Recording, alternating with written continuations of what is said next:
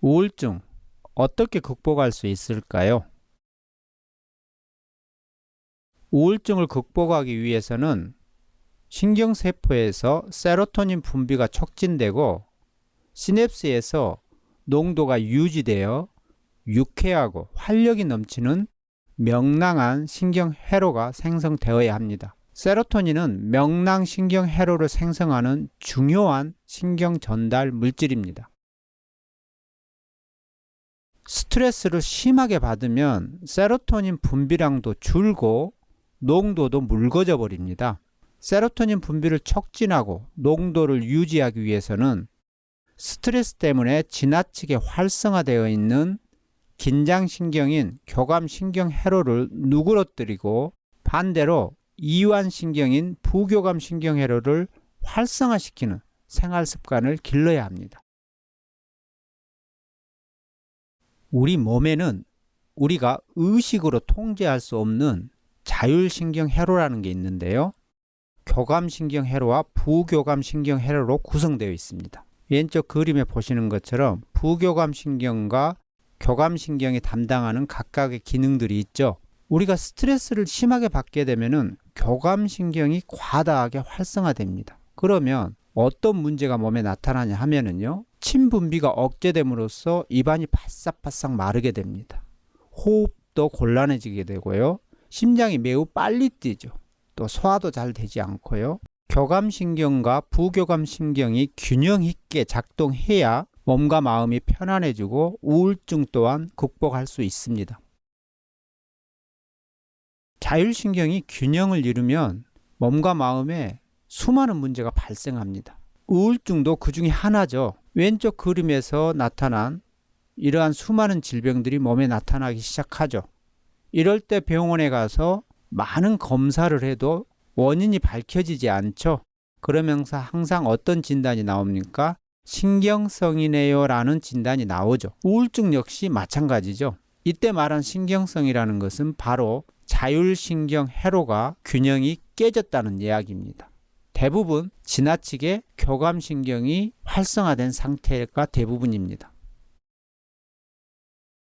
부교감신경이 활성화되어 자율신경이 균형을 회복하게 되면 세로토닌, 도파민, 노르에피네프린 등의 신경 전달 물질 분비가 촉진되고 농도가 유지되어 우울증 신경 회로를 차단하는 명랑신경회로가 생성되어 평온한 감정과 이성적인 인지 능력을 유지할 수 있어 우리는 우울증을 극복할 수 있습니다.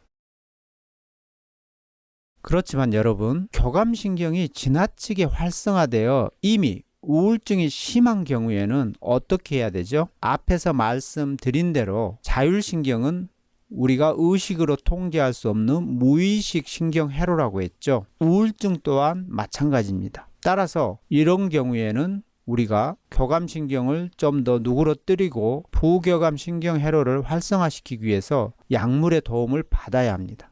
이때 사용하는 약물을 향정신성 의약품이라고 하는데요. 정신을 향하는 성질의 의약품이다 하여 향정신성 의약품이라고 부릅니다. 그러면 이때 약물만 복용하면 되느냐? 그렇지 않습니다. 반드시 생활습관을 개선하는 행동치료를 병행하는 것이 효과적입니다. 왜냐하면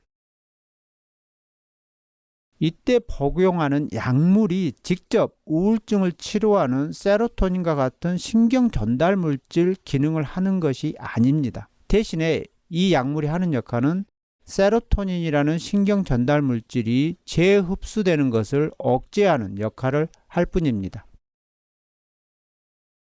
우울증뿐만 아니라 공황장애 등 정서적 문제를 치료하는 대부분의 향정신성 의약품은 세로토닌 재흡수 저해제인데요.